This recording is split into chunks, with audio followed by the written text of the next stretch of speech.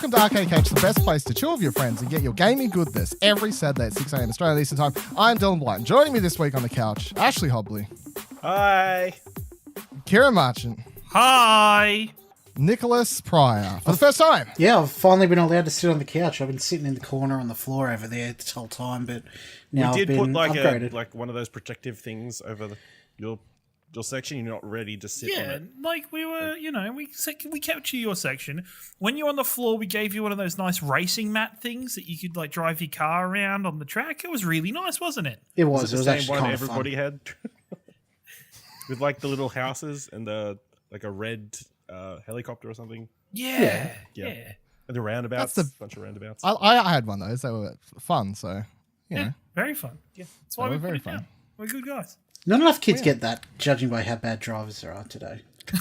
I don't think that's anything to do with toys kids get. There was no road rules on those mats. I used to drive over that was buildings. the problem. They used to just drive through the roads. Yeah. I have driven with you, Ciaran. That is kind of telling. Not that bad. Today on the show, we're going to be discussing a Devil May Cry series coming soon. Australia getting the Aussie dollar put onto Steam, the Teen Choice Awards equivalent of the Game Awards, and a discless Xbox One coming in the next year, as well as much more. But let's jump into the first story.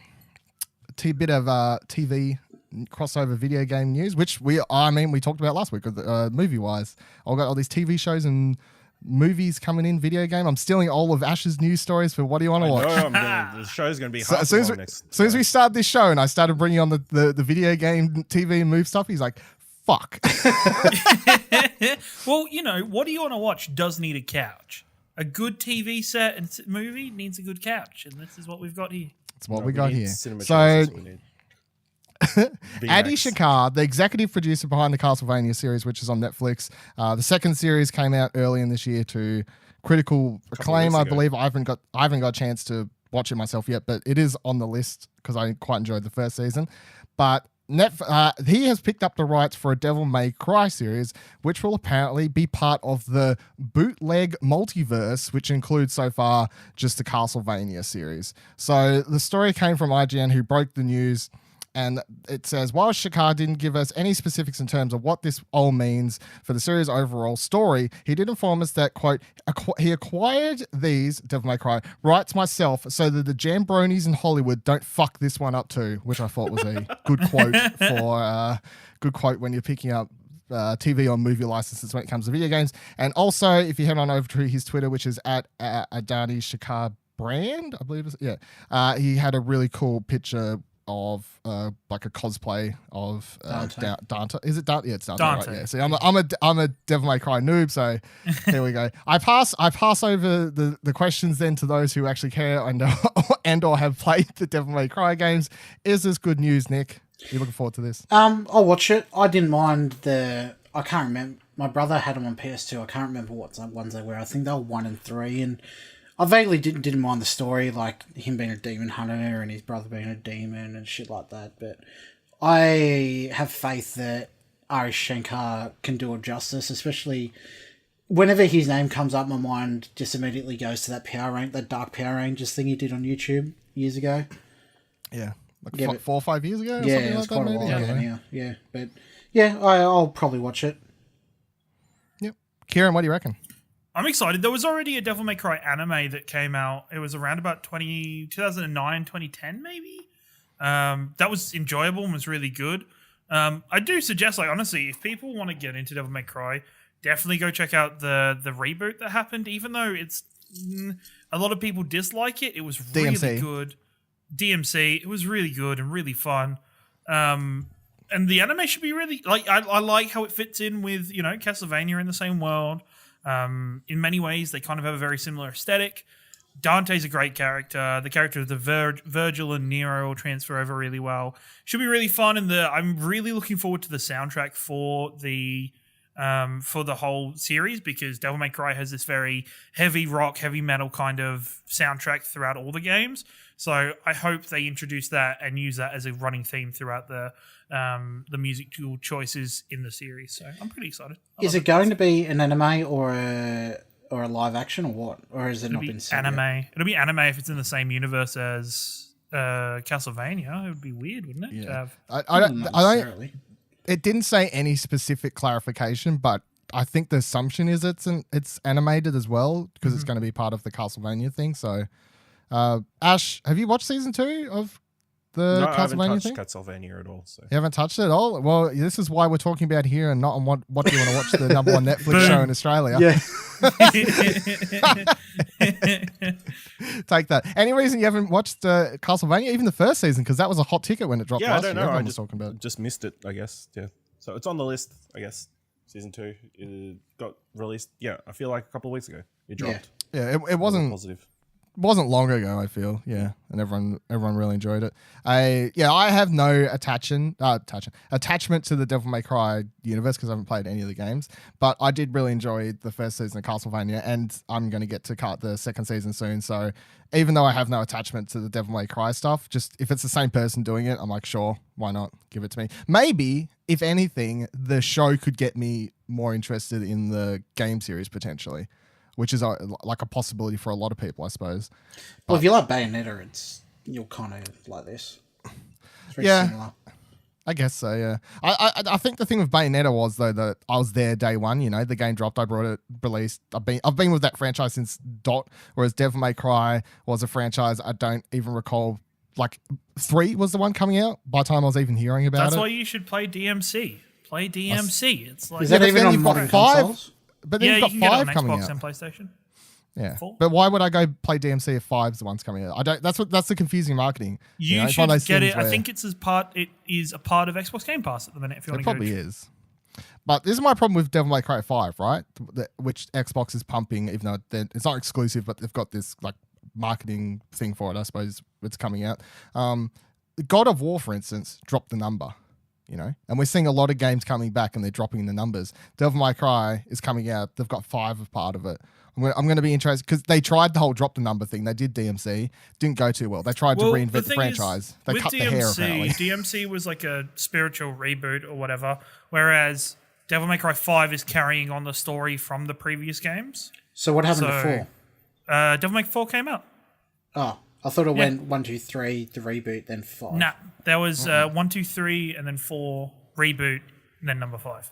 Yeah, it's weird. So why would you go back and play the reboot then if it doesn't count To get ready towards for 5? anything? Because it was a really good artistic game, and you can get it on the current gen of consoles, and it was really fun and really great. You can get the new ones. I think they're on the Game Pass. They added them, like the really? HD collection of 2 and 3 or whatever. Okay, makes sense. I'm pretty sure at E3 or something, or around that time, it was announced when they were dropping trailers for the 5. Get Game Pass. You can play the games. It's a thing. All right. So today, Australia has finally got Australian pricing on Steam. So the Australian dollar is now how you'll view your Thank Steam God. pricing. If you I can close that. Which currency currency converter at tab.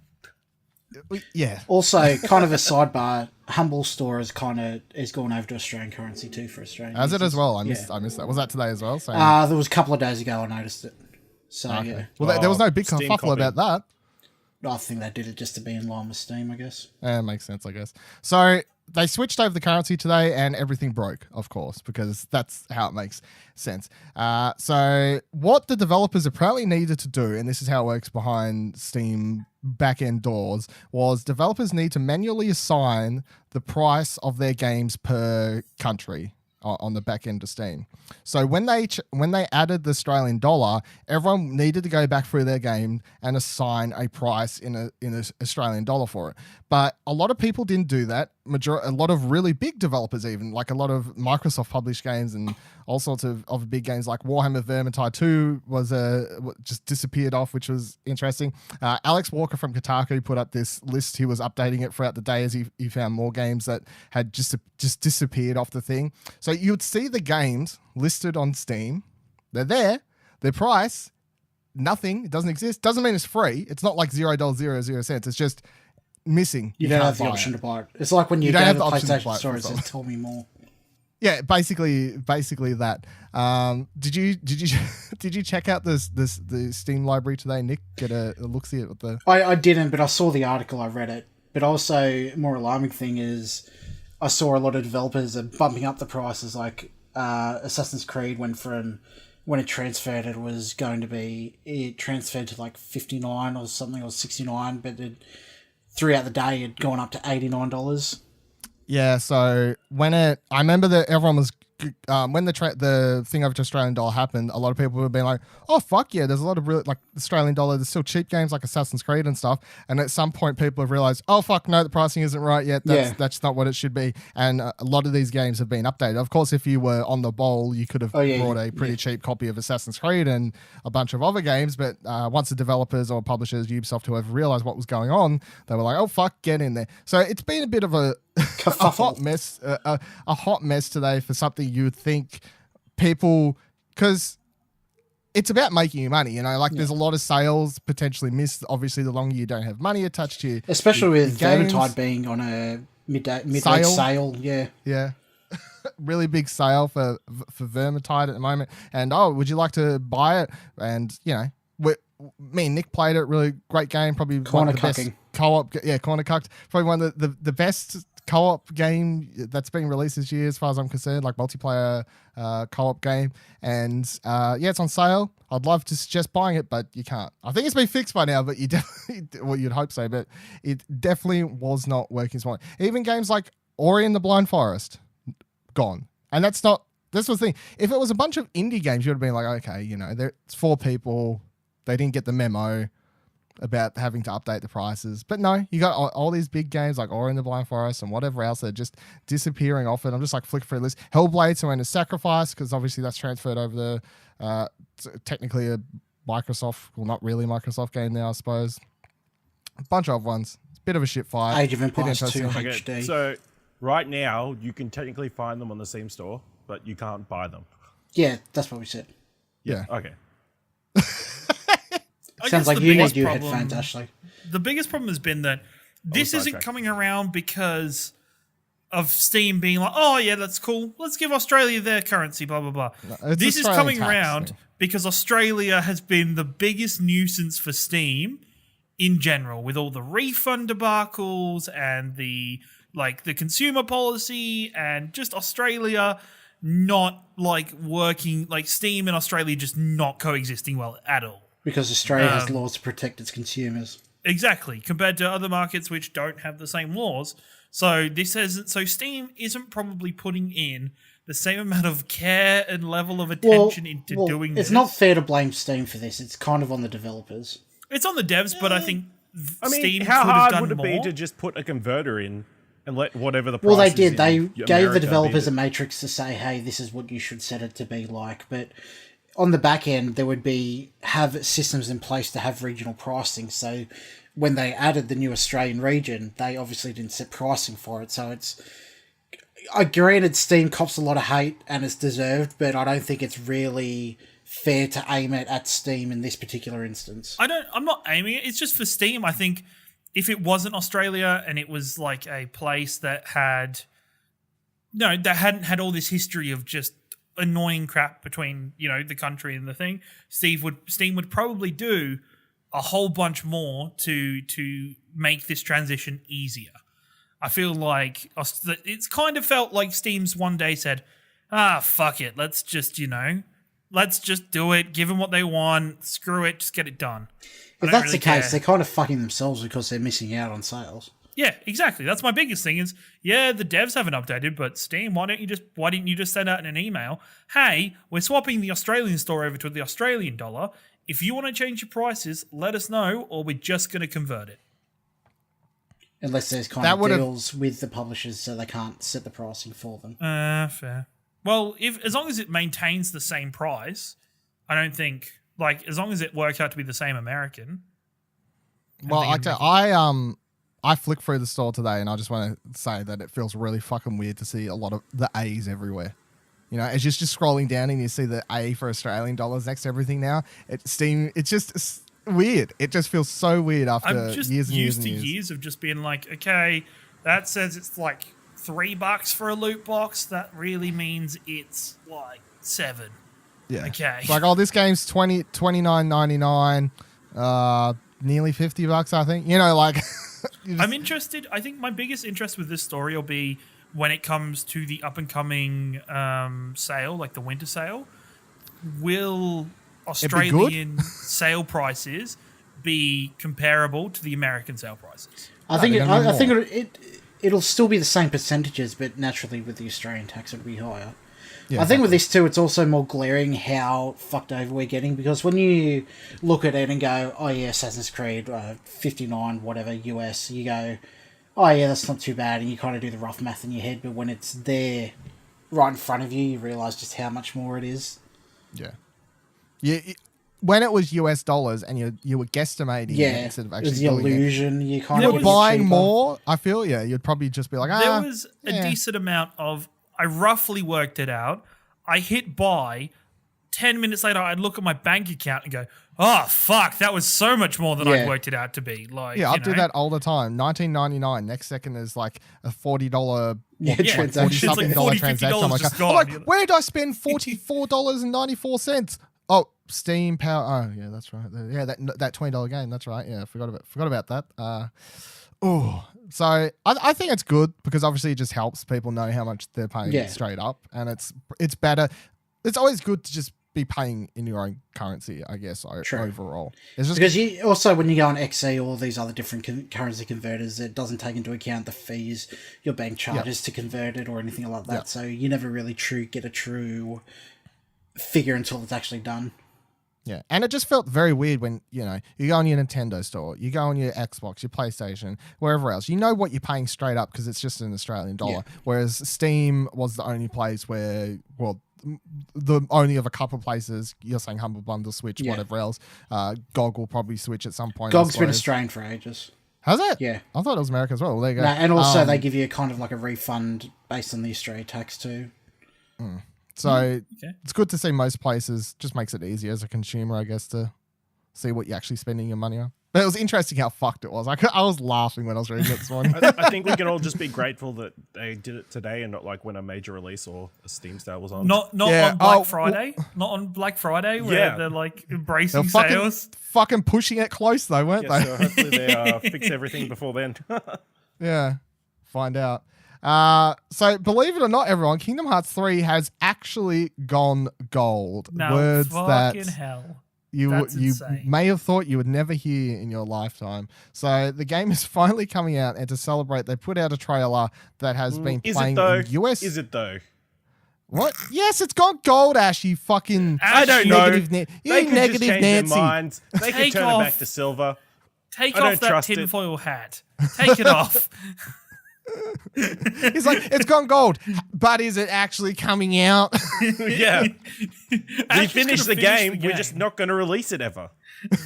She's going to finish the game, be like, did I just finish the game? Did I just actually finish it? Who knows? No, there's 8 pieces of DLC that's going to come out. Maybe. Actually, he's going to play it. I'll tell him I've got the game. I'll take an Instagram pic and put it on my thing, and he'll comment on the Instagram post and be like, but do you, Dylan? Do you have the game? Is that a printout box? Did you go to 3D printer instead of the game? Minus 6.5 on the thing, so it's actually 2.35. Yep. It all makes sense. So yeah, they released a trailer that's apparently been playing in US theaters, which I thought was interesting. Have you ever seen a game trailer in a cinema when you've gone to watch a movie? Yes. Maybe like a Call of Duty? I've seen a World of Warcraft trailer at the movies. I've seen a World of Warcraft one. Yeah. How about you, Ash? Fallout.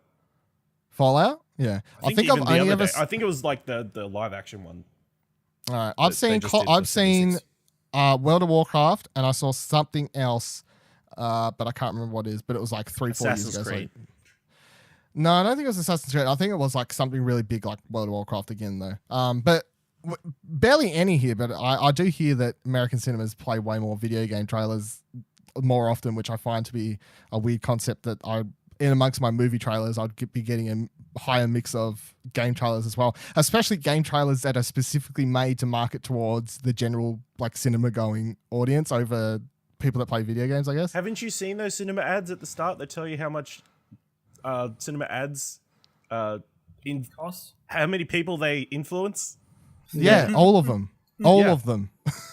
So they put out this trailer, and it kind of plays like a normal Disney movie trailer, which I thought was really interesting. In fact, I'd say it's probably one of the better Kingdom Hearts trailers they've put out, solely because it was made for the general cinema-going audience, and it's the least confusing and more just general, here's a bunch of Disney characters, this seems fun, and you've got, you know, they've got the voiceover from the guy. He sounds like he does older Disney movie trailers, like the deep American accent do just being like, come on an adventure through all these magical lands and all this sort of stuff.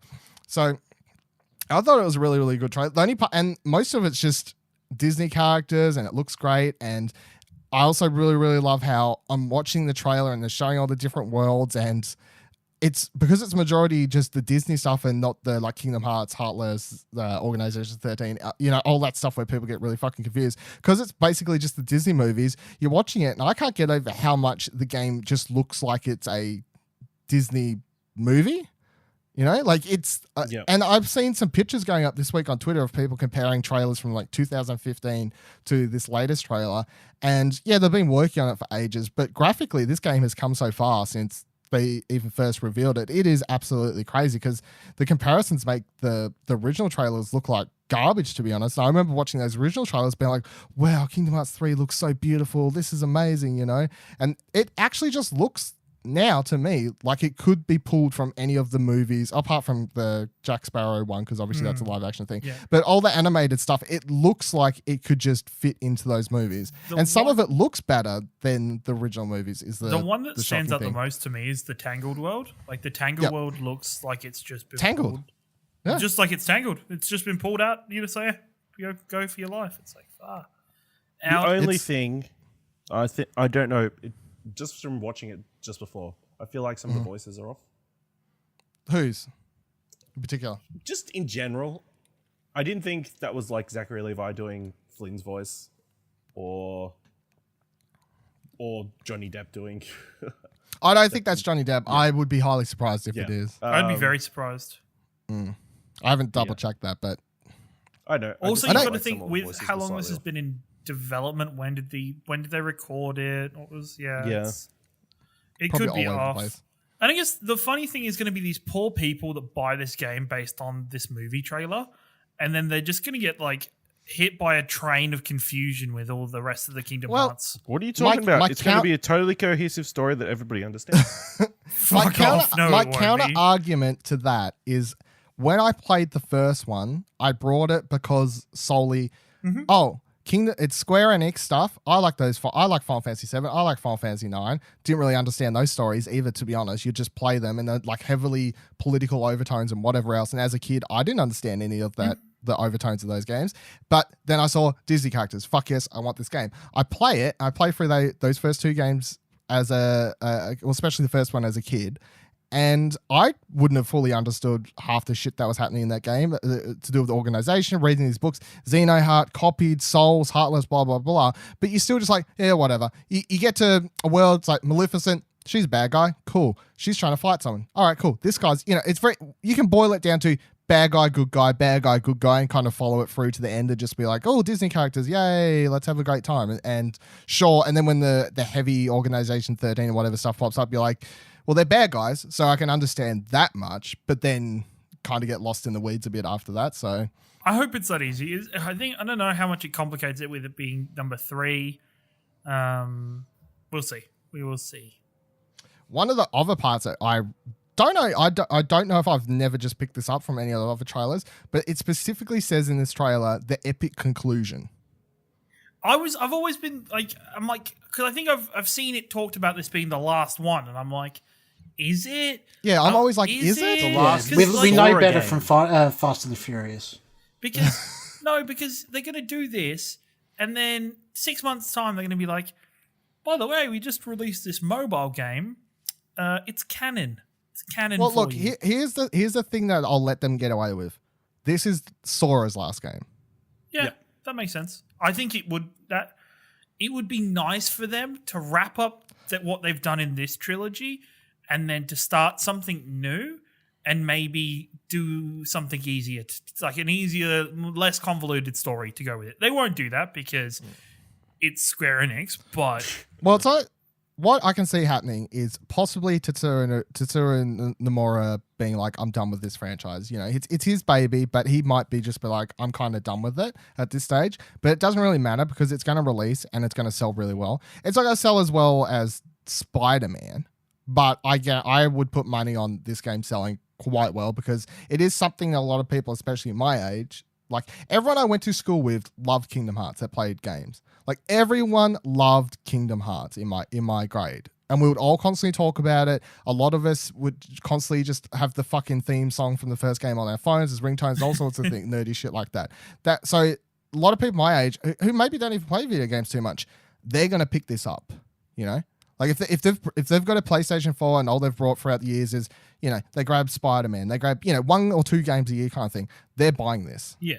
It doesn't matter if they've missed all the spin-off games and the Vita, the mobile, all this sort of thing. They're still going to pick it up because it's the same as the Crash collection to people around my age. Yeah. I think Yep. it's like it doesn't matter. It's Crash, got to get it. Spyro collection, got to get it. I don't play that many games anymore, got to get it. Kingdom Hearts 3, got to get it. I loved that shit when I was a kid, so that's how I can see it going down.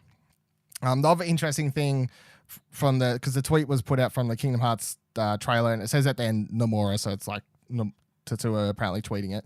It says, I'm proud to unveil an extended version of the trailer that has been playing in NA cinemas. And guess what? We've wrapped up development of Kingdom Hearts 3. If you haven't had a chance, now would be a good time to prep by playing 1.5 plus 2.5 and 2.8. Yeah. Yep. So stupid. So stupid. God, I hate it so much. And then it ends with saying, see you next month, which I'm going to assume is them saying we're going to be at the Game Awards with something to show you there. Yeah. So what they've got left to show without ruining at this another stage? world, Yeah. without ruining another world or another character reveal, I'm interested. Sure. What have they got? Unless it's just another. Well, look, to be honest, Square Enix did a half-hour presentation at E3. Was like, I wonder what they're going to show, and then most of it was fucking garbage that we didn't even need to see. So they're going to show up at. They'll probably show up at the Game Awards, show the exact same fucking trailer again. The only thing I could see them showing at the Game Awards that would be cool and would get people amped for the franchise or whatever is that new theme song that Skrillex has been doing. Yeah, do it like the SFX kind of music videos that they always start the Kingdom Hearts with. Yeah. Where they're all like special and like there's lots of music and there's lots of symbolism going on. Yeah. Just hook us up with that at the Game Awards. I reckon it would be really cool if it's like, don't show the opening video with the actual song because don't spoilers, but just edit together footage from the other trailers to the song maybe. Or alternatively would be cool if they just bring Skrillex out and I can't remember the lady's name, Utah, whatever it is. I can't remember. I'm sorry. But imagine if Skrillex and that person come out and they did the theme song at the Game Awards. That would be cool. I'm also super glad with the release date that they've chosen to do it. Because, you know, this game could have been released in December with how it's sitting at the moment. Thank fuck it's not. Thank fuck it's not. I'm glad that it's in January, but... It's February now. Is it February? I thought it was January. Or was it January 31st? January 29th, I believe. Okay, yeah. 29th. So late, So late January that I thought it was February. It may as well be Feb, but yeah, I'm glad that it's there. I'm glad that it's not December because I still think people have too much stuff from this gaming period that...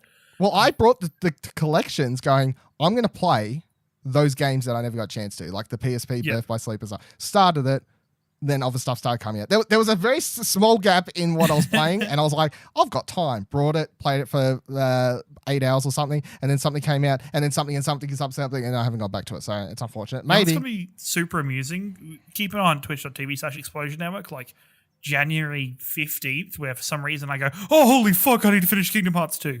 And I stream like every day for no reason. Really good when you play it for the first time, experience the whole story. Well, Kingdom Hearts 3 will make way more sense. We're going to find out.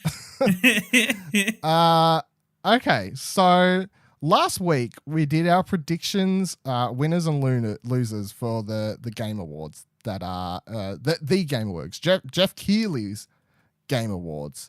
But what happened after that was that a little of a company was like, hey, we're gonna come out and we're gonna do our own awards, and they're the Gamers Choice TV Awards, which are being run by CBS, which makes them basically the Teen Choice Awards equivalent of the Video Game Awards is happening this year. Well, it's run by the people doing the Teen Choice Awards, so yes, it's essentially the Teen Choice Awards for games. They really don't understand, do they? All right, guys, let's strap in for another 2-hour episode. Let's do some predictions.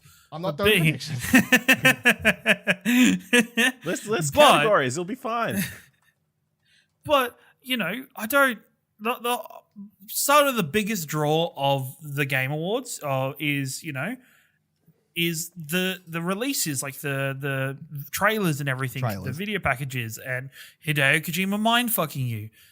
That's all part of the allure of watching the Game Awards. How is the Gamers' Choice Awards going to have that? Like, it's not. Spoiler alert, they're not. Ashton with the sick burn.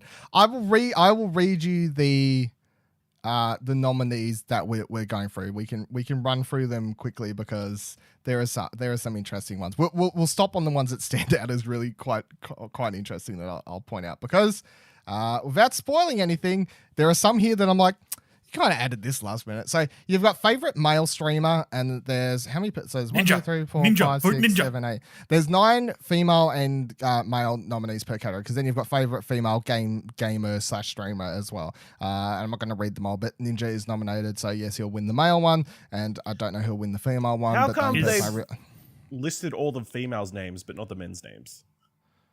Sexism. Yeah. No, not all of them are. The it must be a matriarchy. choice thing because there's one person there who's just got their username on the females. So I don't know. Maybe the males literally just like to be preferred known as their usernames. I don't know. The only female streamer person here I know is 2. I know that Pokemon girl now because we talked about her last week, and I also know Hafu because I used to watch her because she played League and Hearthstone a lot. So then you got fan favorite game, not game of the year. It's fan favorite game, and all the categories will have fan in front of them to make them sound like these are about you, the video gamers, not these fucking critics picking awards. You know why they did that? It's so they can put fans. Fortnite and Overwatch in. Yeah, well, look, here's the other thing. They're not games that roll out this year, is where it comes interesting. God of War, Dragon Ball Z, Fighter Z, Celeste, Call of Duty Black Ops, Monster Hunter World, Assassin's Creed Odyssey, Marvel Spider-Man, Fortnite, Overwatch, and League of Legends. Overwatch and League of Legends. When was Monster Hunter World? When was Fortnite released also? When was Fortnite released also? Oh, yeah. Yeah, Is exactly. it still technically in early access? I think it is. Yeah, it is Battle Royale and the actual games. But I mean, like these people are going to care. You got most anticipated game, Last of Us 2, Kingdom Hearts 3, Cyberpunk 2077, Death Stranding, Tom Clancy's Division 2, The Elder Scrolls fucking 6, Days Gone, Anthem, Rage 2, Sekiro, Shadows Die Twice. So what? Elder Scrolls and Death Stranding? Isn't that like most anticipated game that came out, not that we know about? Oh. To be fair, Ciaran, aren't you voting for Elder Scrolls 6 in this? Yes, hell yeah, I would be. Yeah. Out of all those, duh.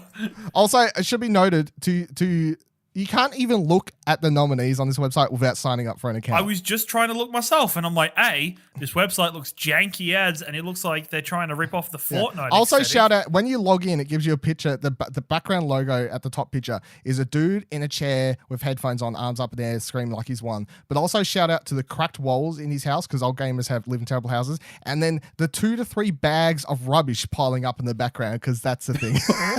What's this website? Really representing Gamerschoice.tv, but to look at the nominees, you guys sign up, which I did for this show because that's how. Because I mean, you could have gone to another website. I used my email address. I barely touch anymore. I didn't use it for anyone that's gonna spam. Fan favorite action game: God of War, Assassin's Creed Odyssey, Marvel Spider-Man, Shadow of the Tomb Raider, Far Cry. That's like, okay, yeah, this one sounds right. Favorite this one interests me. Understand the title of this one. Fan favorite single player gaming experience.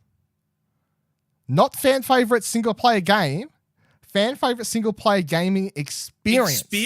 So does that mean it doesn't have to be a full game to be pardoned? Why is the experience word tacked onto this one? I don't know. Celeste, God of War, Marvel Spider-Man, Assassin's Creed Odyssey, Detroit Become Human.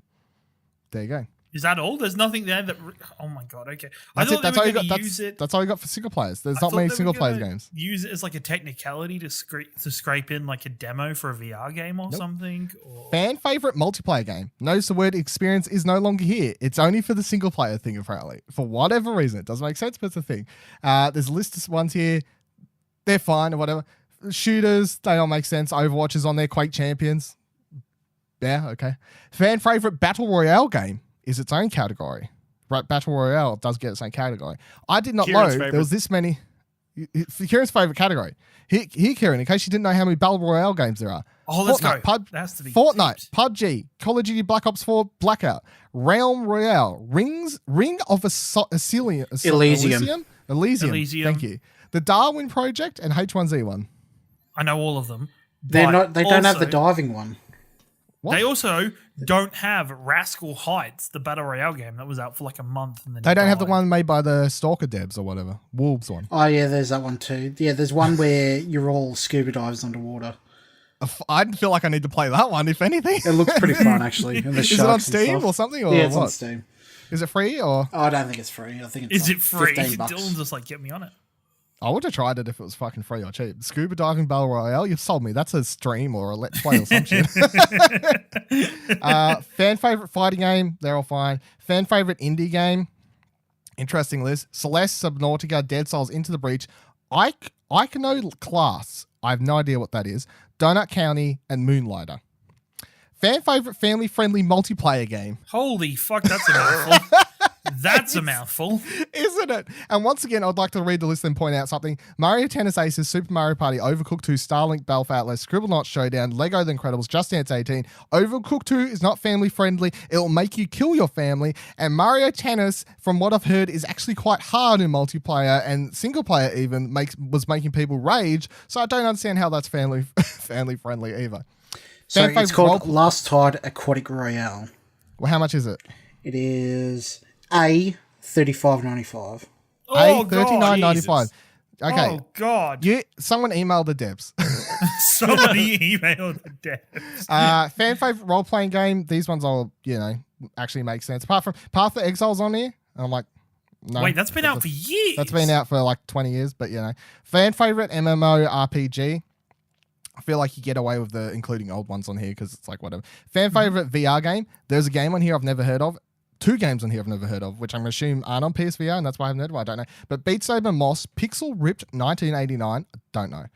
Brass Tactics. I don't know what that is. Then you got Sprint Vector and Creed Rise to Glory. No Tetris, if you'd like to notice. Fan favorite mobile game. Pokemon Go, PUBG Mobile, Arena of Valor, Florence, Alto's Odyssey, and Vandals. I have no idea what Vandals is. That's interesting. Ready for this one. Fan favorite gaming device. Hot category. The ultimate fanboy war is a category, everyone. Xbox One, PS4, PC, Switch, or mobile phone. iOS/Android. Let's go mobile phone. Let's go. Let's buy some Russians. This and is the best category, though. You will not. This one is the best. This is when you know it's a teen choice related thing. Most desired franchise resurrection. Wait, so is this like just purely speculation?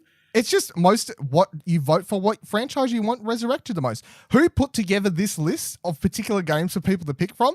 I don't know. It's the thing. I don't know. Jet Set Radio, What's the list? Chrono Trigger, Earthbound, Star Wars Knights of the Old Republic, Half-Life, Banjo-Kazooie, and F-Zero. What is that? Let's do this. Everyone pick from this. Let's actually pick from this one. Ash, what are you picking? Star Wars. Kieran, what are you picking? Yeah, you got to be Star Wars. Nick. Jet Set. Jesus Christ. Really? Yeah, I love the one on the original Xbox. Fair enough. I'd probably pick Chrono Trigger, I suppose. Why would anybody put Banjo-Kazooie on there? Didn't they see what happened to it when it Nuts tried and to bolts? Nuts and bolts it up? You got fan favorite convention, sports game, streaming service, which I'm like... Mixer. Okay. Switch. It's Twitch, Mixer, Facebook Gaming, or YouTube Gaming. Fan favorite gaming wait, moments. back up a second. Didn't Okay, YouTube Gaming die? It Yes. Why Well, is it there? technically, YouTube absorbed it, so Yeah, integrated it's just with YouTube now. But take into account that category sounds like it was put together 4 months ago and shelved and never thought about again until they published this. And Okay, then bring fair that enough. back in a second because I'll point out something. Fan favorite gaming moment. This is a good one. Drake plays with Ninja. The happy _Hob beats Dark Souls trilogy without taking a single hit. Dr. Disrespect hits $100 headshot. Tyler 1 returns to League of Legends. Soviet Womble attempts a tactical strategy. 16-year-old Joseph Sailby becomes Tetris World Championship. Red Dead Redemption 2 has the biggest opening weekend of any entertainment property ever. What? Where did that come from? That's not somebody so who good. watches any kind of that's just like guys, we're running out. We're running out of things to put in this category. Go to Red Dead. Red Dead will do it. Oh my god! But that's not Now, even you a may moment. notice- It's like It's a not. weekend. It's I a don't- technically. You may notice now. Let's pull it back to weirdness of the list. You may notice fan favorite game didn't have Red Dead on it, and you're like, "That's interesting," considering they seem to have just chucked Red Dead onto the end of that list. Why wasn't Red Dead in fan favorite thing? And then you may be like, "Why is YouTube Gaming there?" That got pulled. Surely they would have taken that off the list. Let me introduce you to the category that seems to have been added at the last second to include Red Dead on it. Fan favorite fall release: Red Dead Redemption 2, Fallout 76, Battlefield 5, Warframe Fortuna. Warframe Fortune. Wait, how doesn't like Assassin's Creed and stuff fall into fall? Also, no other season's best releases. It's solely just the fan favorite fall God release. of War should have Because had they're like, fuck, we need Red Dead to win something. We forgot to put it on that other list. God of War should have had like spring. God damn it. It was the fucking best thing ever. I remember scrolling through it, and as soon as I saw that Red Dead wasn't a thing, I'm like, well, that's fucking interesting. All right, there was a bunch of esports ones, but I'm going to skip those. But I will point out a couple. There is a couple left here. You click over to the pop culture section, and these are great. These are fucking amazing. Fan favorite celebrity gamer actor. Celebrity gamer actor? So, wait, do you mean a celebrity that acts in a TV show but plays video games? That's exactly what it is, and they've got it for athlete and musician as well. So you've got Mila Kunis, Vin Diesel, Henry Cavill, Zac Efron, Olivia Munn, Terry Crews. Guys, Can you imagine any of them showing up to collect this award? Guys, we got to get some celebrities to our show. Yeah. Let's make some categories that target them. Ready? Fan favorite celebrity gamer musician: Post Malone, Marshmello, Lupe Fiasco, Snoop Dogg, Justin Bieber, and Drake. Why is it Drake Logic wins, right? got robbed. I know, that's true. Wasn't Logic like super boring on stream though? Yeah, Apparently him, Justin he was Roiland, very, and Ninja was Apparently it was really bad. pretty bad. I saw some of it. It wasn't great. That Yeah, was terrible. him- That was a terrible poor- meme idea that didn't work out well. Justin Roiland tried so hard. He It did. just, He's not very good off script. He was hit and miss. Apparently, from the video I there was watched, some that was stuff some that of was it. really funny, Yeah. but then other stuff was just whiffed because he was just trying to fill dead air. Like the two people he was playing with were doing nothing, so he was just trying to fill space. And he had They to. were just playing Yeah. the game. Yeah. So here's well, on that note, I saw one part where he was doing a bit. Rick and Morty was doing a bit, and then Logic's just like, "Can you just shut up, Rick? We got to go over here and shoot some guys." Like, I don't know if he was trying to take the stream more serious, but Justin Roiland's just probably sitting there drunk as fuck, just like. But it's so funny how he can do those burps on cue and switch voices and everything. It's I want to know how much they all got paid to do it. enough. Is the answer. Enough. So that is your Gamer's Choice Awards this year. So if you didn't like our predictions and you thought that the Game Awards by Jeff Keighley sounds like a bunch of bullshit and you'd rather a different awards to go vote for this year, you can head on over to gamerschoice.tv where you can vote for those awards. Yeah. After they better registering. watch out. They're coming for Better- him.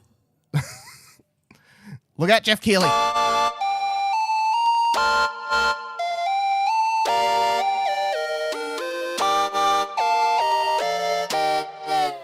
Let's talk about what we've been playing. Nick, you have gone ham on Red Dead Ham. Redemption. You still haven't finished the game, but I feel like we'll get an update now, and then we come back in February. You may have finished it, and you can tell us what you thought of the end of the game. But, how's your Red Dead experience continuing? Because I looked at your trophies today. It says you've finished Act 3 or something was the last trophy you got. Yes, so I'm currently 48% through the story and 55.6% done through the Fucking whole hell, game. Nick. I'm lost in this world. like lost in a good way, or like lost as in you don't know where the next No, mission lost is. in a good way. Like it's just, I honestly can see myself spending months just playing this game. What do you like so much about it? What has got your hooks in it? Like, what Just about it has your hooks in you so much? Everything, the attention to detail, just existing in the world is just something I've never really experienced in an open world game before. It's just phenomenal.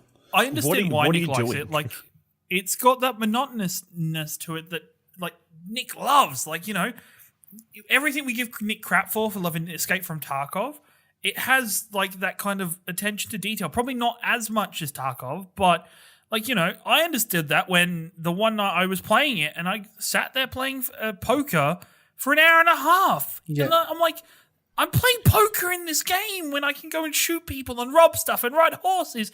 But no, I'm sitting here playing poker with virtual characters. Like, Yeah, like I think the last 3 games I've spent in the mountains just hunting. Just camping, hunting, just taking photos, just doing all the different kind of stuff. It's just, I don't know, it's just captured me. and you know, if you go back and look at Nick's, like, you know, Nick's what do you want to watch choices and, like, you know, just Nick's love of that kind of style of movie. It's just, here, go live that. Go be part of that everyday life and do whatever the freak you want with it because you can do that. And I completely understand why you love that game and it's fantastic. I wish, it's just, I've put it on hold because I'm like, I'm going to play it at some point when either Overwatch is in a down season or... You're never finishing that game. Shut up. No. Shut up. Don't tell me this.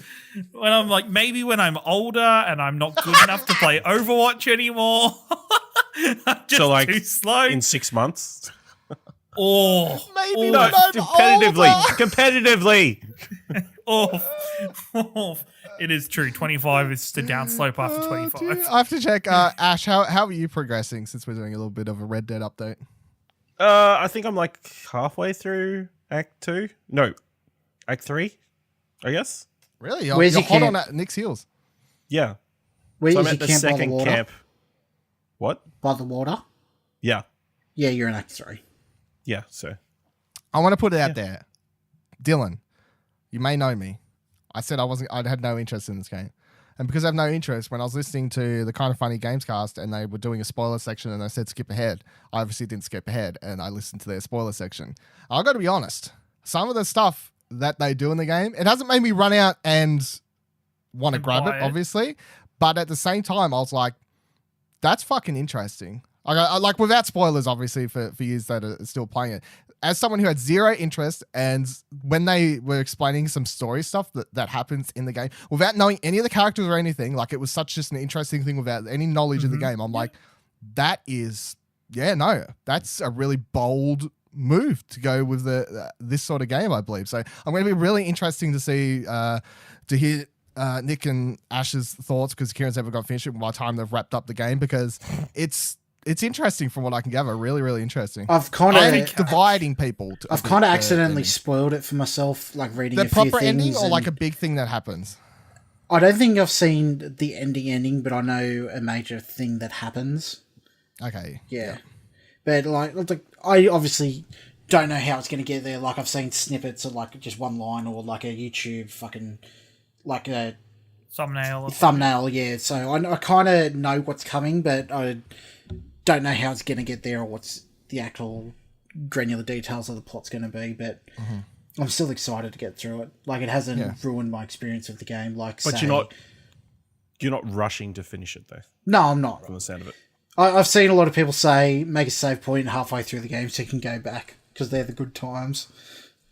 Yeah, okay. From my understanding, you should enjoy your leisure time as much as you can without going into spoilers, because once you reach a certain point, you're not going to have as much fun. Yeah, apparently it's going to be. I've read that towards the end, it just like the pace speeds up like exponentially, kind of like the end of Spider-Man, where it just everything's happening. Funnels you. Well, that kind of makes me sad, because that was my most hated part of Spider-Man, was that third act. Like, not hated, but just disappointed. Like, I wasn't enjoying it as much. I don't think it would be. I think it's like the same. I don't think everybody's going to be trying to kill you in the same way Spider-Man. Yeah. So, Doc Ock's not going to come up and try and kill Arthur. It's not that same sort of thing, but it does change the gameplay dramatically of how you're going to go about doing stuff, and it does lock off a lot of side quests. And but in saying that, I have been playing the past couple of days. I put that on pause and played a couple of other things. You want to tell us about one of those, Nick? Yeah, I downloaded recently was released the DCS Community A4 Skyraider. Do you want to explain to the people, and by people I mean fucking everyone listening, what that is? The three of us. DCS Just a bunch of letters. Is Digital Combat Simulator. So it is a free-to-play, like, I guess, base game of a flight simulator for anywhere from World War II to modern aircraft. And so it comes with 2 free modules or whatever, but the Community A4 Skyraider is a free full fidelity module, which full fidelity in this particular instance means fully clickable cockpits and all the systems integrated. So the community over the past 3 years has built this mod completely free and put out to the community to use, and it is fantastically done. It's on the level of some of the paid modules. Like, it's fantastic, and I believe it has been released at the opportune moment it could have ever been released, because the A4 Skyraider, for those who don't know, is what the plane used as the aggressor planes in the School of Top Gun in the movie. So there's Maverick and Goose in the F-14, and then the Michael Ironside character and the other guy fly the A4. And it's been released at the opportune moment because in 3 or 4 weeks, the F-14 is being released for DCS as well. So the hype level in the community is fucking shot through the roof, and people are Top Gun memes everywhere, want to recreate the movie and do scenes and stuff like that. I love picturing these. I have no interest, but at the same time, I always enjoy hearing about these little nerdy pockets for just these certain pockets games. of the internet that you just okay, sure. You're you have no idea they exist, but then you hear about them, you're like, oh, that's funny. It's fantastically done. Hats off to the team that made it. And now that they've released it, they've said people are going, "Oh, can we donate money to you?" And they're like, "No, we don't want any money or anything. We just want the community to enjoy it." It is absolutely a feat of community, I don't know, spirit, I guess, if you want to say. But is it fun? Yeah, it's fun. Well, it's fun for me. DCS is what you make of it, so it's kind of just a sandbox and you go and do whatever you want, but the level of fidelity is just out of this How much world. did you, for listeners, because we haven't talked about your pickup from early in the year. Or was it last year? I can't even fucking remember now. No, it was this year. Was it this year? How much was your peripheral you brought for these flight games? I don't remember off the top of my head, but I think it was 600, maybe more. Yeah. You could almost buy a plane for that much money. It is more than PSVR. Yeah. It's the thing that always gets me. I'm like, it's more than virtual reality. To be fair, that is high enthusiast level gear. You can get into it if you're interested in trying it out for a lot cheaper too. Yeah, I hope so, because it's $600. I don't like it. No returns. Fuck yeah, boy. Yeah, that is high enthusiast level. That's Oculus, or Vive Pro level gear where you can go in get into it a lot cheaper than that. The other game you've tried out, The Return of Obra Dinn. I want to hear about this one because it was nominated for, I can't remember exactly what category, but it's part of the Game Awards nominees there at some degree. For reason? For a cause or something. Whatever that one's called. Yeah, Life is Strange and all that sort of stuff. So I have no idea what this game is. I still haven't had a chance to look it up because I kind of forgot after we did the show last week, but it's on my radar. I'm like, I should really look up this game. But now you can tell me, Nick, what is this game? Return of the Obra Dinn is made by Lucas Pope. For those who don't know, is the guy that made Papers, Please. Oh, okay. Such a good game. So this game, the style of it is very early Apple, Macintosh, Commodore 64, vector graphics, black and white. The graphics you can choose different monitor settings, an old IBM monitor, Macintosh monitor. So it's all just two-tone vector graphics. And what it is a first-person investigation game. So you'll play as this character from like an insurance company, and the East India Trading Company sends you out to this ship that has shown up mysteriously after being vanished. And you go on there and you get given this journal and like this little pocket watch, and the journal gives you a basic outline saying, oh, go out and see what happened to this book, fill it out to complete the story of what happened. You get like a sketch of all the crew and like a manifest and stuff. And you get on there on the ship and you got this pocket watch and you find a corpse, and when you open the pocket watch, it kind of like time warps you back to a moment in time. So it'll play an audio clip and it'll have like a still thing that you can walk around, kind of like if you ever played Tacoma. Yeah, so kind of like they're all frozen in time and you go around and like you see. So the very first one, so I don't spoil it, like there's a guy shooting another guy and another guy coming in. So, and then when that little pocket's done, it'll give you like, who is this? What happened to him? Where it happened on the ship? Like, and it's all in different chapters. So it starts at the very end, kind of like work your way back through.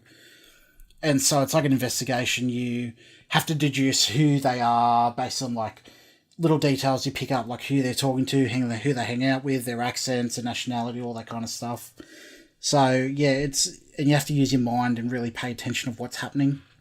So I don't know how it fits into that Games for a Cause thing. I don't think I'm far enough through it to see if it has any sort of message to it. But at the moment, I'm really, really enjoying it. How what made you pick it up? Because it's such a random while you're playing Red Dead, and then you're like, I picked up the Return of Obra Dinn. Well, I first saw about it like 6 or 8 months ago, and I'm like, oh yeah, this looks pretty cool. And then it got released kind of recently, so I thought I'd pick it up, and I really wanted to play it before we started voting on awards and stuff, so I could just have an opinion of it before we go into it in case it's up there. Yeah, that's probably why I'm going to pick it up and try it too, because it's nominated at the Game Awards, so I'm like, I should probably check this out. Yeah, and I've got it ordered $25 on Humble Probably Store, check out this indie game called Red Dead Redemption 2. It's nominated a couple times. Okay, I already said 2K can send me a copy. I'll try it. But other than that, they can pay me off to get my nomination. But other than that, I'm not nominating them.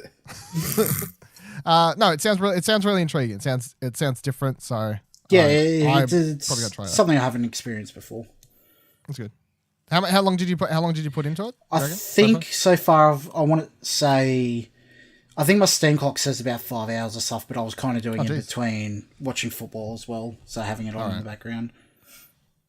Fair enough. That's longer than I thought it would have been for what it is, I guess. Oh yeah, I want to say I'm only 2.5 chapters into and the journal is like 10 chapters, 9 or 10 chapters. Jesus Christ, it's fucking hell. All right, well, see how that goes. If it's a 50-hour game, I probably won't finish it, but it's very long for what it seems to be.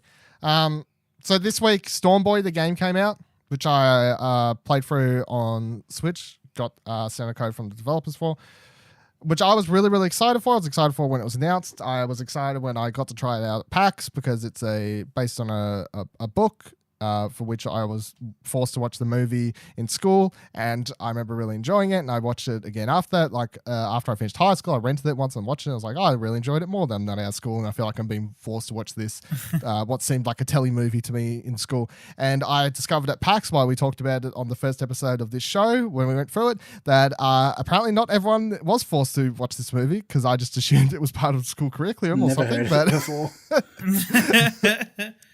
But I do know that it was more, it's like, because it's set in South Australia, so I think more people over there obviously were probably made to watch it. But then at the same time, I'm like, that country.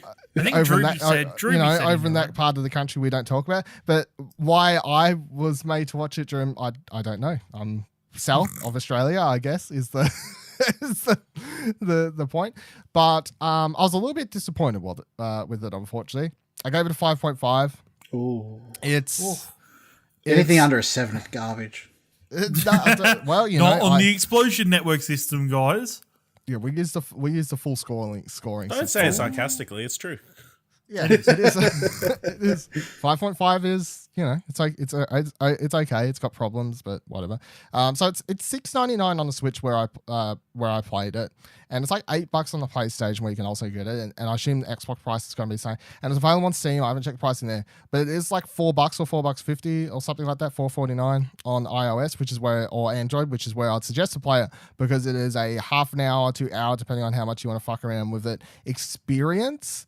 And it's really only going to be interesting if you either were a fan of the book or the movie or something like that, because it tells such a condensed version of the plot that any emotional attachment that you're going to feel between the characters, I kind of feel like you have to have from reading or watching the movie beforehand. And this is kind of like a feel-good version of, you remember that thing? Yeah, here's a short and condensed version of that movie and book you really like. But it's not a good introductory version of the story. So it's not, if someone was like, Dylan, this sounds cool, I like Australian stories, I want to check out this thing, I've never heard of it, where would you suggest checking out? I would say, hey, there's a movie coming out next year, maybe just wait for that. I was about to say, I wonder if they put it out ahead of that movie. They to did get some kind of like a they did buzz for it. Push. Yeah, a bit of push for that, because it's got Jeffrey Rush and Jai Courtney. Jeffrey Rush and Jai Courtney. Is it Jai Courtney? Jai Courtney, yeah. Yeah, Jai Courtney's the dad. So it's got some big names in it. They're bigger names than who were in the original version, especially for like international audiences. Mm-hmm. So that movie, that particular version of it might do a lot better. So it's the kind of thing where I'd say wait for that movie, then maybe check out the game on your phone, because you might enjoy it a lot more then, because you kind of know what the story is and you might understand the attachments to these characters, because it's basically just walking along the screen, text pops up telling you the story, telling you what's happening. You stop every now and then to do a bunch of mini games. The mini games are fun for a couple minutes. It's an experience you're supposed to play for half an hour, chill with headphones on. It's supposed to be relaxing. It's not supposed to be a long game. Kind of like that garbage paperback. I hate every word that just came out of your Nick? whore mouth. Because they haven't released it on Android. Your It's dead to spot me. on the couch is going to get torched. Not if I torch it first. I mean, if you're going to compare it to Paperbark, they're both experiences that you're supposed to, put headphones in, chill, play through. Paperbark feel like isn't based on something, and it's just you go in, you play through.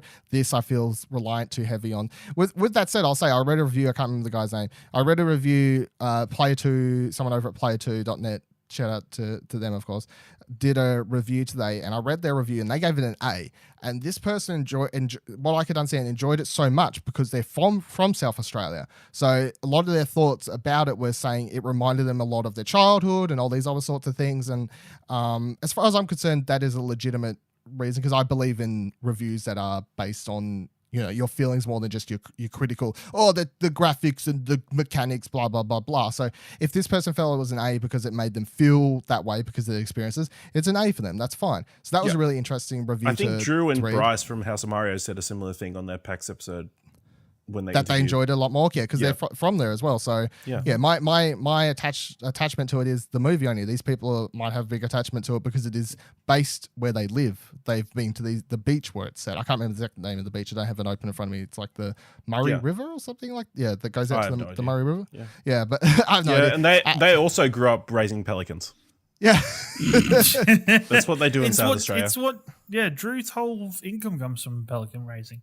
Pokemon. Talking about Pokemon, I've been playing a lot of Let's Go this week. I've been playing a lot more Go. So I didn't drop off Go, but I've been really busy the last couple of weeks. I've only been opening it a little bit here and there, and I haven't had a chance to go out in town and put in a good session. However, I want to talk about something real quick that I find so interesting, which is the integration between Let's Go and Go, and how well they're kind of doing it, because you can trade, once you reach a point in Let's Go, you can trade in Pokemon. But it's not just that. They're also doing cross events, which I kind of like. They're like, hey, a couple weeks ago, did you do the Meltan thing when that was happening, Nick, where all the Pokemon were... No, I haven't touched Pokemon Go in quite a while. Oh, really? So there was this I love everything they've been doing in Pokemon Go the last couple months. So leading up to Let's Go's release, a Pokemon that no one knew about. Unreleased. It was a new Pokemon... Well, no, it didn't got released. Yeah, it just started. It started appearing everywhere on the map. It was just this Pokemon everywhere, and everyone was like, "Is this a bug?" Because it was like it's like a Ditto kind of. Is this body. missing now?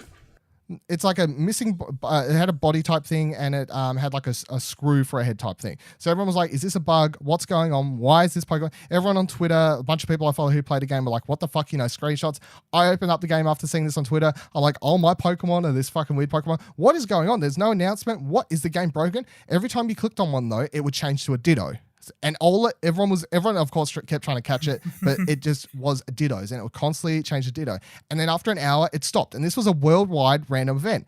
A week passes or something, then they're like, hey, remember that random Pokemon that showed up? That's a new Pokemon. It's called Meltan. It's going to be part of a thing that you're going to be able to get it in Let's Go, and you're going to be able to get it in Go. It's upcoming. To get it in the games, you have to do an event like the same you would do in Go to get a Mew or a Celebi or a bunch of other ones. Like it's a 8-step thing that requires you to, do good throws, catch X amount of this Pokemon, evolve these many, blah, blah, blah, blah, blah, to get it. And then when you get it, you still have to trade it over to Let's Go. And then go get it. To get it over there. And then when you get it over there, to then get it on your Go version, you have to send any type of Pokemon. It could be a Pidgey, it could be a Rattata or whatever. You have to send that over to Let's Go, and you'll get a box in your Go version of the game. You open the box, and Meltan will start spawning randomly around you for half an hour. Apparently, the max amount that can spawn is 10. You can catch them all. To evolve Meltan, you need 400 candies. That is a fucking lot in the game. And Meltan, which is a legendary Pokemon, means if you set it as your buddy, you're only going to get 1 candy every 20 kilometers. So walking the Pokemon is not going to be the best way to get it. The best way to get it is going to be sending Pokemon to your switches, which you can do once a day or once a week or something, I can't remember, which is going to spawn 10 Meltan around you, which you can then catch for candies. And that's the way to go about it. When you transfer it over to Pokemon Let's Go, do you lose it in Go? Yeah. Okay. Yeah, and you can't transfer it back because Let's Go is a lot easier, and they don't want to make it like really easy for you to get. Like, really. If the only way to get this Meltan is through the research, you need a friend with a Switch. Is the answer to the question? You need someone with a Switch, really. So you can't keep on going and doing this research task and Go to keep on getting Meltan. I think you could get it, but you're basically going to be like the idea, like. You'll get one and then you'll kind of be fucked. You'll have to walk at 20 kilometers kind of thing, which is going to take you, I don't know the maths, but like 400-500 kilometers of walking a Pokemon to get enough to evolve it, which is ridiculous. But if it needs 400 candies and you get one every 20 kilometers. Every 20 kilometers. Yeah. Quick maths while I pull up my quick maths. calculator. 80,000 kilometers. No, 40,000 kilometers. Look, if any of us were good at math, we wouldn't be doing the jobs we're doing. We would have done it by now, yeah. Yeah, that is very true. So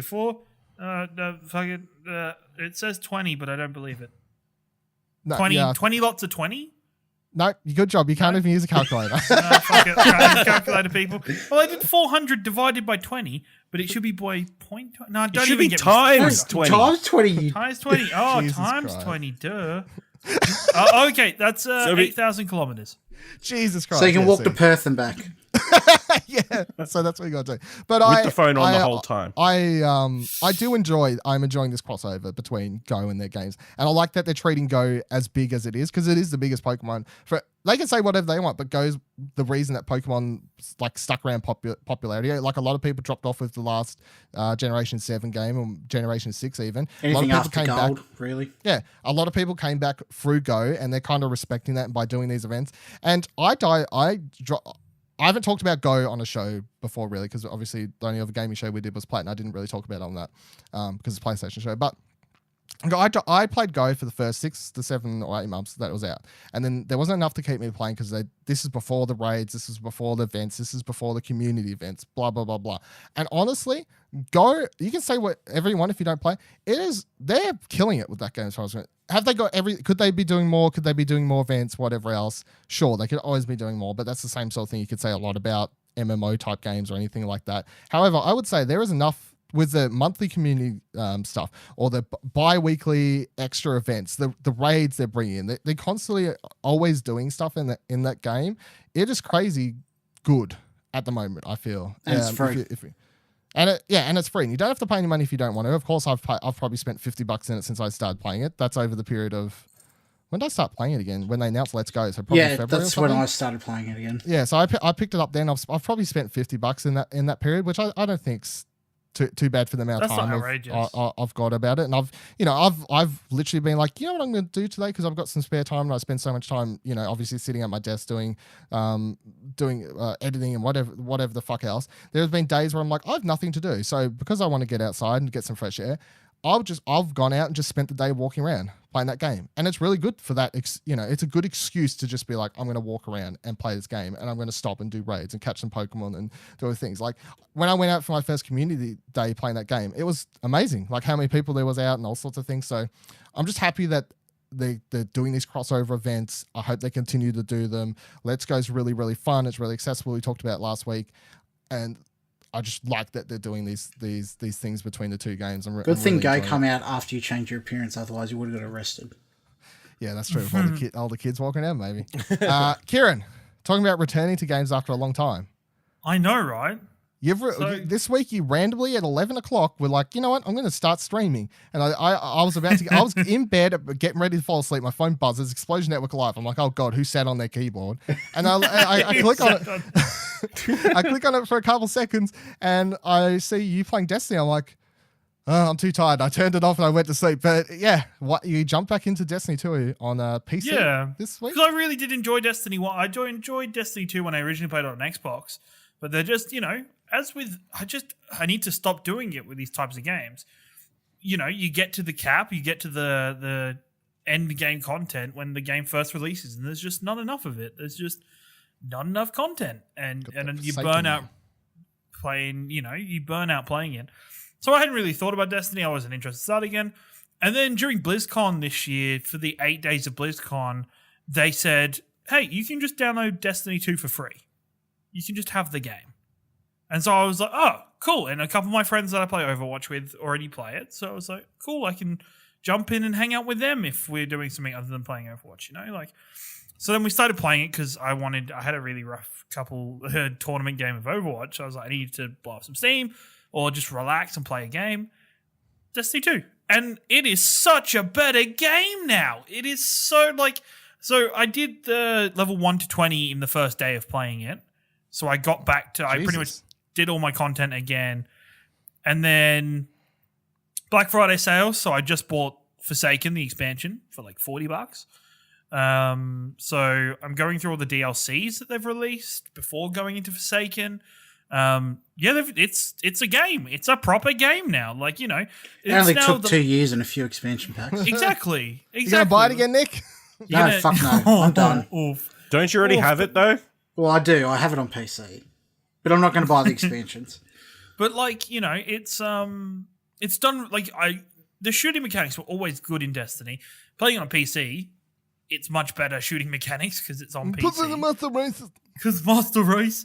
But it's much better shooting mechanics. I'm having so much fun with it. It's really weird and it's really frustrating. I hated the fact that the original level cap was 20 when it came out. It's now 50. This is what the game should have been on release. This game is this is the experience it should have been. And I need to stop buying these types of games on their release. I need to keep giving them a year and then giving them a year or two. The problem with that, though, is if everyone said the same thing. If everybody did that, the game would die and we would never get to this point. Yeah. So we need suckers. Yeah, exactly. We need plebs. Plebs, go buy the game day one, whatever. But what day did you buy the game? I bought it day one, and then I put 40 hours into it in the first week or something. But whatever. It was a lot of time played. But you're doing important work, Ciaran. I'm doing the work, making sure Destiny 2 was around for me to get it, a couple years later. But yeah, I'm really enjoying it. It's really fun. People, if you enjoyed Destiny 1, jump in and have a look. And this is a proper game now. The same I've got it free on PlayStation, but I still haven't. Free on PlayStation, jump right on in. Won't play with you, though. No. No, you will not. That's for sure. Well, that's what we've been playing. Let's move on to the main topic.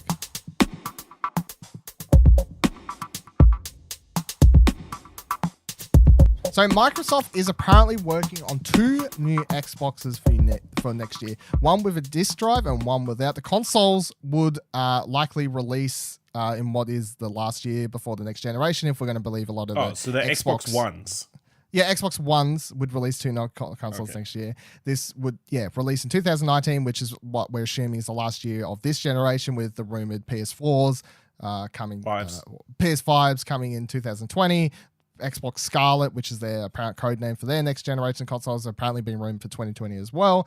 So this would basically be them putting out the most cost-efficient versions of the console they can at the last second to, which is what always happens with consoles. There's always that last end of the generation, the slim, the whatever else. The consoles get cheaper and cheaper and cheaper as they just try to get them out the door as they can. So this report comes from Thurrott, and they think the consoles could cost less than $200 USD, which I haven't done the conversion rate for, but, we talked about conversion rates earlier in the show. They should just have done them for me. It's fine. There would be also a disc-to-digital program, apparently, that would allow you to turn your discs into download codes by trading them in at participating stores. So what do we think about the idea of discless consoles? Does it interest you? And would next-gen consoles releasing with 2 modules, so potentially the Xbox whatever and the PS5, do you think the idea of both of these consoles releasing it with 2 modules from the day one with a disc drive and one without a disc drive for those people who would like to just live in the digital-only future, do you think that's a smart move? And on top of that, do you think releasing a discless console in the last year of this generation is a smart idea marketing-wise, because it's going to confuse a lot of people, I feel? I don't know. What do we reckon, Ash?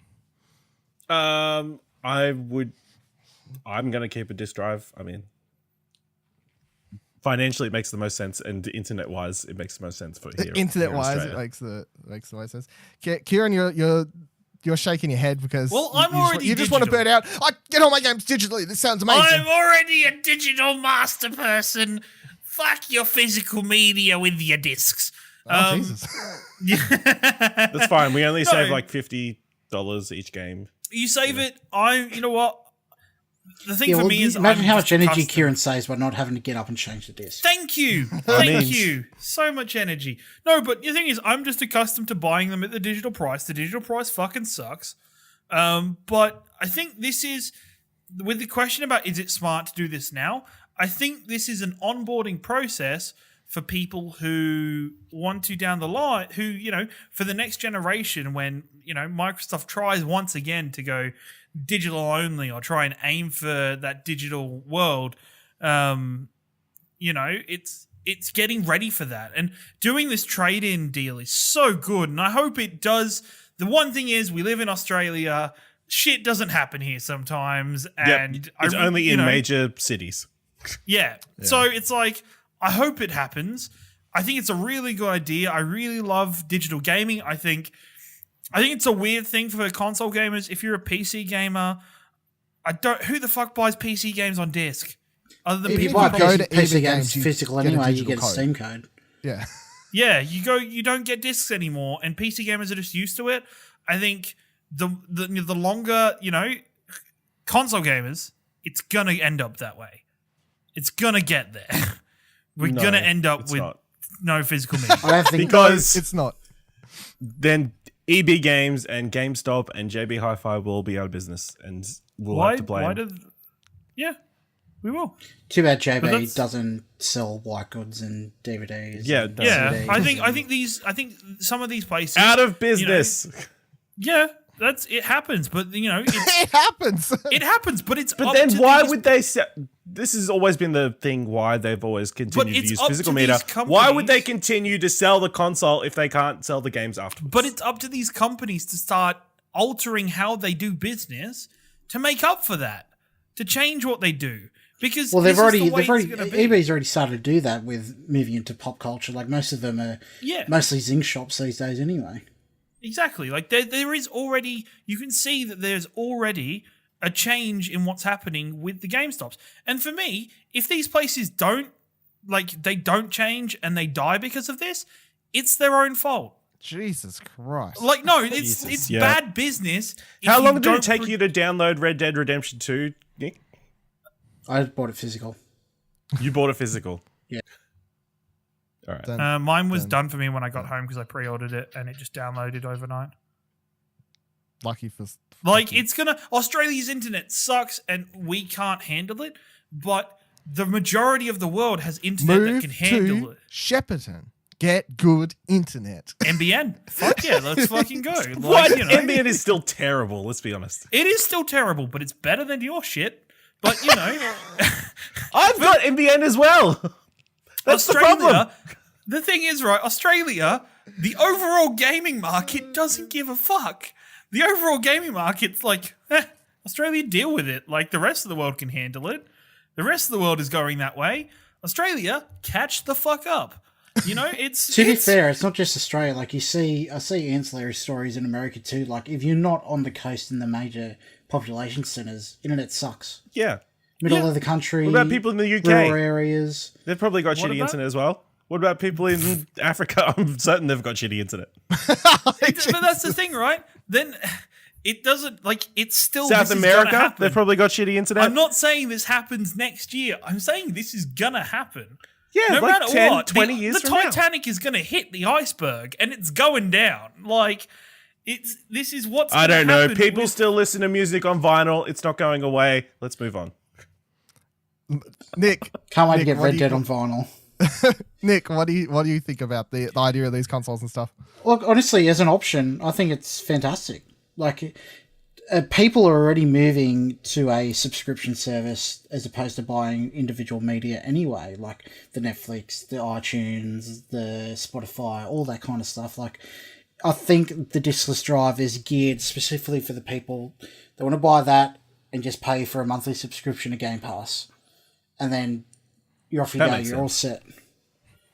It makes a lot more sense as an Xbox console than a PlayStation console, because if you're picking up your Xbox and you're going to buy Game Pass and you're like, well, I'm going to get all Xbox first party exclusives day and date that they're released because they're going to be on Game Pass, and Game Pass is going to get updated every month of new games. I'll buy the discless drive and I'm just going to play my Xbox exclusives and whatever's on Game Pass, and you buy that console for cheap and you buy your subscription and you're good. Especially if you don't buy Blu-rays anymore, or let alone care about 4K Blu-rays. Like, why have it? Well, I was going to say, it's so funny to me. It's so funny to me, the idea of a discless Xbox, because the reason I got my Xbox in the first place was as a Blu-ray player first and foremost. So, and honestly, I've been eyeing off Xboxes lately anyway to pick one up. But Black Friday sale's pretty good. It is, but I want one just so I can play Red Dead 1 in high definition, so I don't have to cover my PS3. Buys an Xbox One to play Red Dead 1.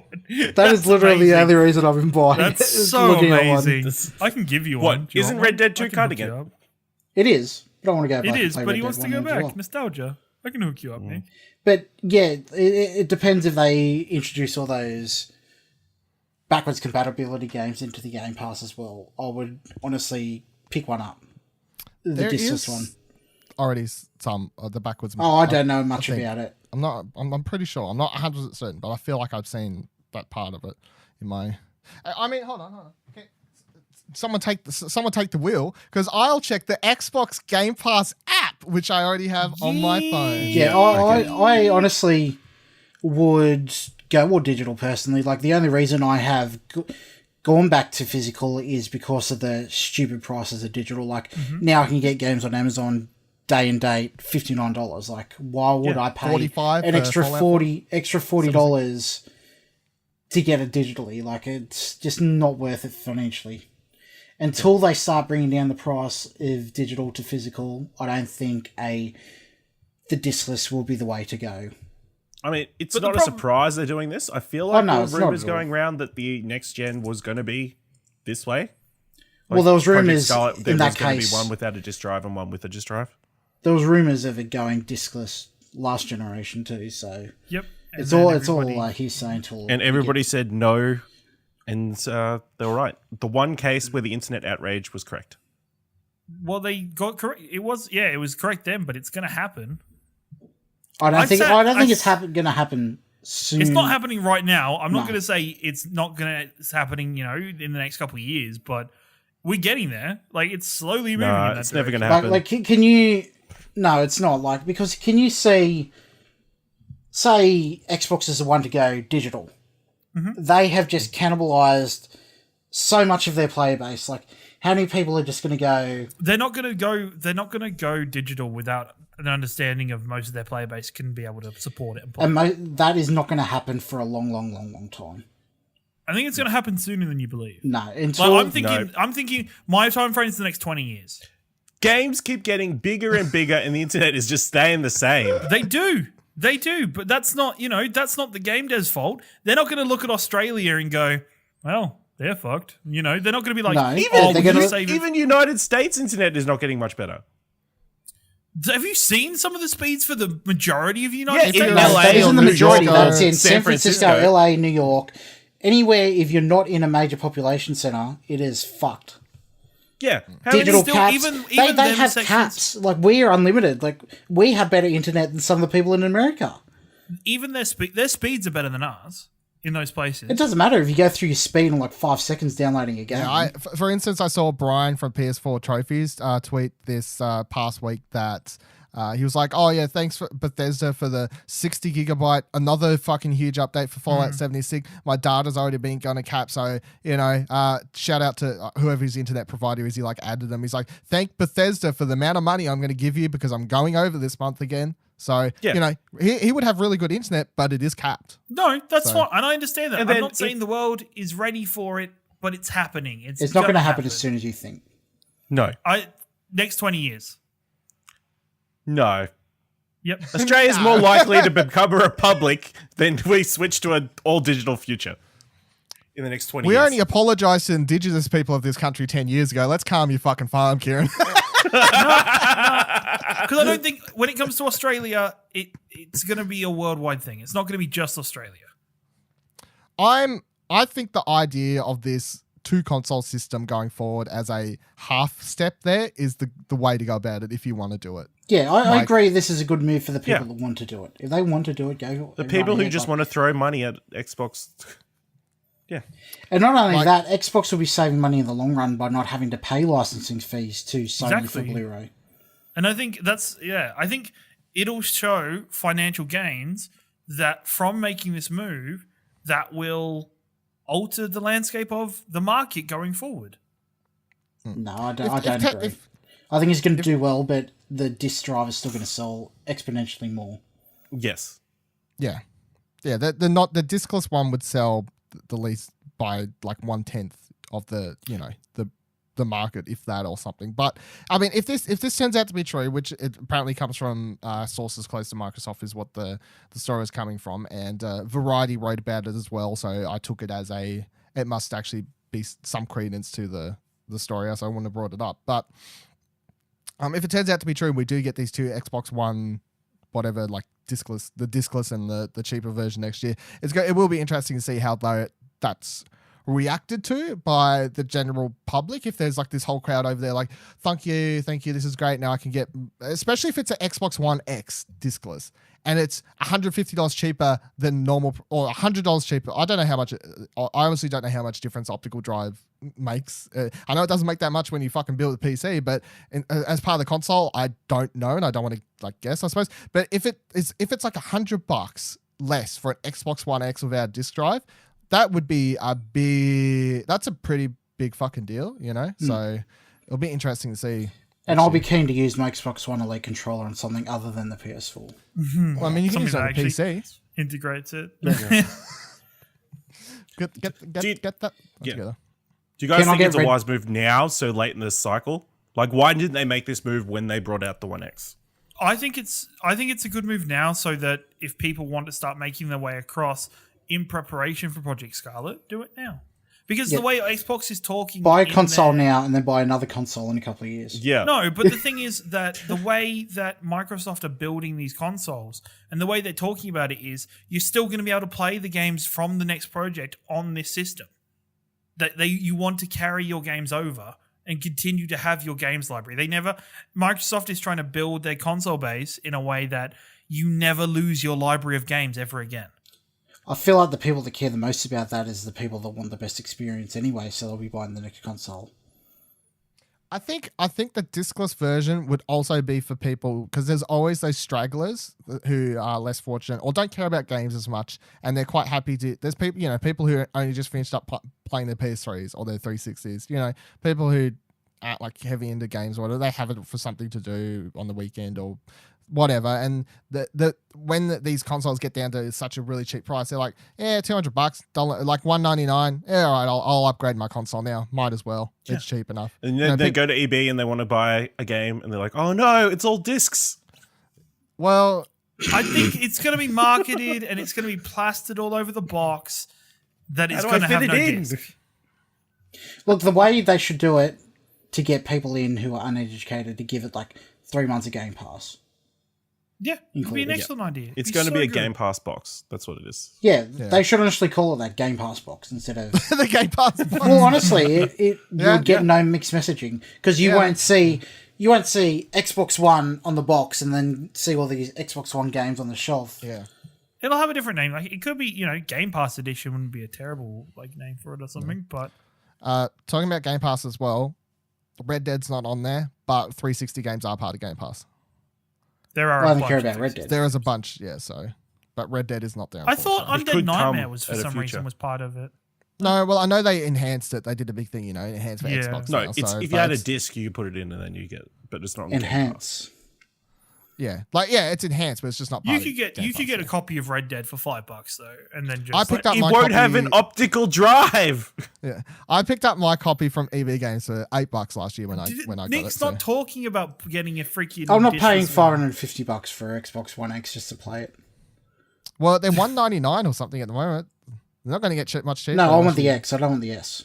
Oh, Jesus fucking Christ! Okay, yeah. Jeez. All right. It's like Ciaran wanting to buy a $3,500 computer. Hey, I'll use it. I will put. I want to play Red Dead in 144 frames. I'm not gonna. You can't compare my PC that I want to build with an Xbox because I'll use the PC every fucking day.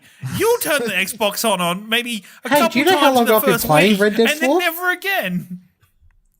Can't wait to hear. I like how you're not willing to pay $199 to play one game, but you paid $600 to play one game with fucking Thank airsticks. you. No. I'm setting an alarm on my phone for the 21st of November 2038 to say fuck you to Ashley. Better make sure you never switch off the Google phone so your calendars keep stick with your phones as you go through, I guess. All right. Thank you for joining us on the couch this week. This, of course, is a product of Explosion Network. Make sure you check out all our other shows, reviews, news articles, and much more. Rate Arcade Couch on Apple Podcast or any other service that lets you rate. I can't keep up. Some are adding them more these days. Who knows what's going on? If you can't do any of that, make sure you just share it on social media. Just tweet out this episode, say, this was a really great discussion about diskless future and digital, and there was a lot of arguing, but it was pretty great to listen to, and you can tweet that out and Ashley's optical full of shit. drive rule. And you can do all that. If you want to tell Ashley himself that he's shit, you can tweet at Ashley Hobby, ASHLEYHABLY. Skipped him ahead. You can follow Explosion Network on Twitter at ExplosionPod. Make sure to join our Discord at explosionnetwork.com/Discord to tell Ashley he's full of shit there as well, if you want. I mean, that's a possibility. Do it. Just tell him everywhere. You can follow me on Twitter at Vivaladil, VIVALADIL. You can follow Nick on Twitter at Lord N Pryor, Lord N Pryor, spelled exactly how it sounds. And you can follow Ciaran on Twitter at your boy Ringo. That's spelled exactly how it sounds. As well. See you here next week, same time, same couch. Bye bye.